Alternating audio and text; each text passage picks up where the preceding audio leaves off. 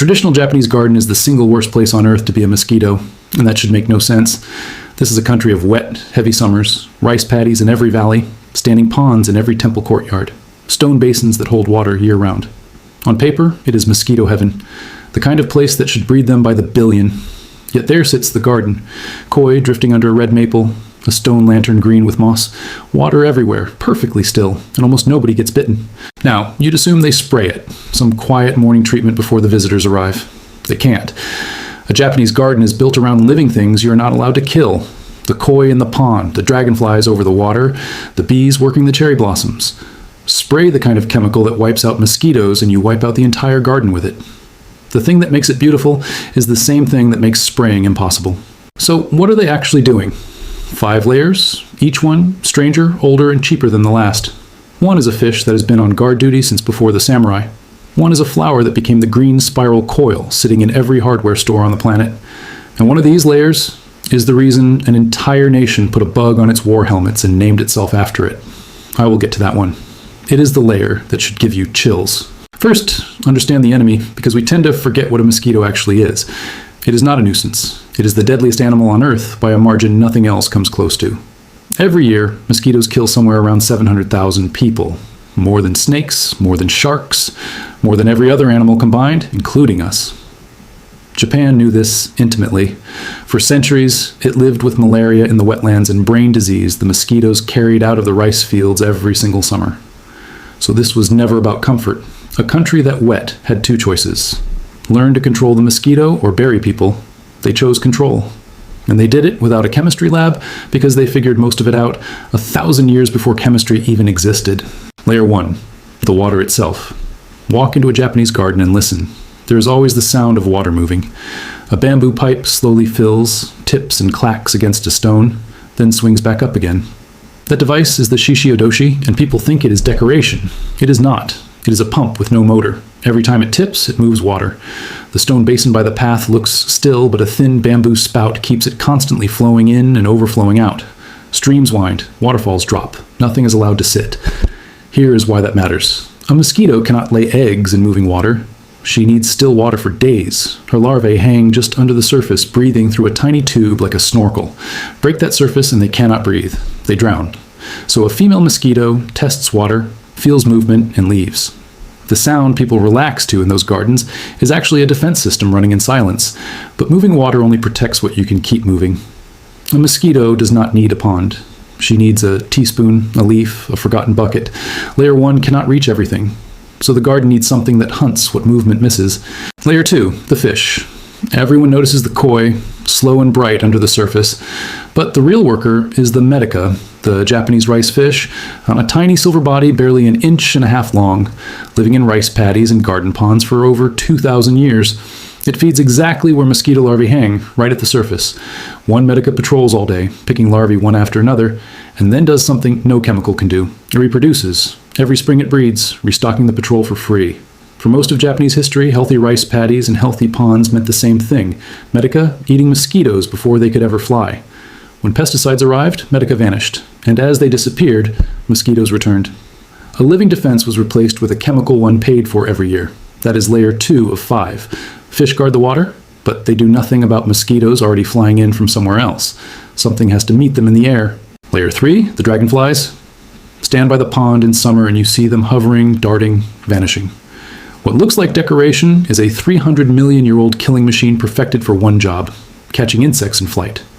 Before they ever fly, dragonflies live underwater as nymphs, armored hunters in the mud, eating mosquito larvae. A single nymph can consume around 40 larvae a day, sometimes over 100. Then it climbs out, transforms, and becomes an aerial hunter. A single adult dragonfly can eat dozens of mosquitoes a day, sometimes up to 100, scooping them midair. Below, they kill larvae. Above, they kill adults. 2 stages, 1 predator. And here is where it gets strange. The oldest name for Japan was Akitsushima, the Dragonfly Islands. The myth says the first emperor looked over the land and saw it shaped like dragonflies, and even a mosquito landing on him was struck down midair by one. Samurai wore dragonfly symbols on their armor because it only moves forward, never back. A nation literally named itself after the insect that kills humans. That is layer 3. Layer 4, the plants. Japanese gardens are filled with species insects hate. Chrysanthemum, the imperial flower, is also a natural insecticide. Japanese mint overwhelms insect senses completely. Catnip contains nepentolactone, which studies show can be more effective than DEET at repelling mosquitoes, up to 10 times stronger in some cases. Bees love chrysanthemum and mint. Cats love catnip. The garden does not poison pollinators. It simply grows plants that make the air unbearable for mosquitoes. Then layer 5, the green spiral coil. In the 1880s, seeds of a foreign flower reached Japan through a grower named Aoichiro Ueyama.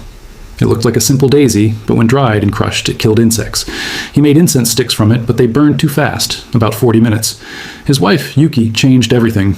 She rolled the sticks into a spiral so they would burn slowly from the outside in, lasting hours.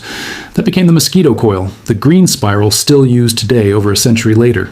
By the 1930s, Japan was producing 13,000 tons of the flower annually. One plant, one idea, one spiral that spread worldwide. But there is an uncomfortable truth. The natural compound in that flower breaks down quickly in sunlight. Safe, clean, temporary. So industry replicated it synthetically, engineered it to last longer, stick around, persist. The same idea became stronger, harsher, and more durable. A natural defense turned into a global market worth billions every year, sold back repeatedly as protection. The living system is safe for bees, pets, fish. The concentrated form is not, so the rule is simple. The garden is safe. The coil is used with respect, away from ponds and animals. And here is the part they would rather you never connect. A flower that disappears by morning cannot be a long shelf product. So the synthetic version replaced it in mass use. The original was never gone, just made less visible. Even so, this system does not create a force field. If you live next to a swamp, nothing fully wins. But what these 5 layers do is make your space the worst place for mosquitoes nearby. Moving water, surface fish, dragonflies, repelling plants, controlled coil use. Each layer removes another advantage till mosquitoes simply choose somewhere else. All of it can be built in a normal backyard for under $50. Moving water first. Empty anything that holds still water. Keep ponds circulating with even a small solar fountain. Add surface fish so larvae never survive. Give dragonflies a place to perch with bamboo stakes near water. Leave one small fishless zone so they can breed safely. Plant chrysanthemum, mint, and catnip around living spaces.